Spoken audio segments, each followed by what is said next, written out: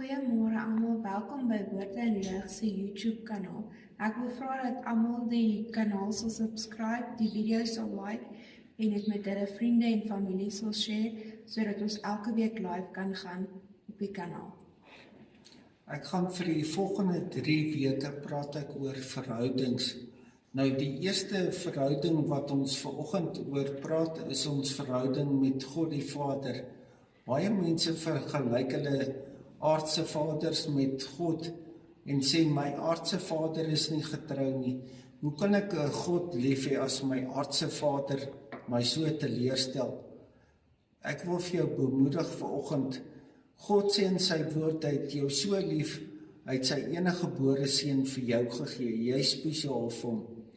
Ek weet daar's baie verskillende mense wat ons kry in hierdie samelewing, wat sê, party mense sê ek wil op myself staat maak, ander mense sê ek maak op mense staat.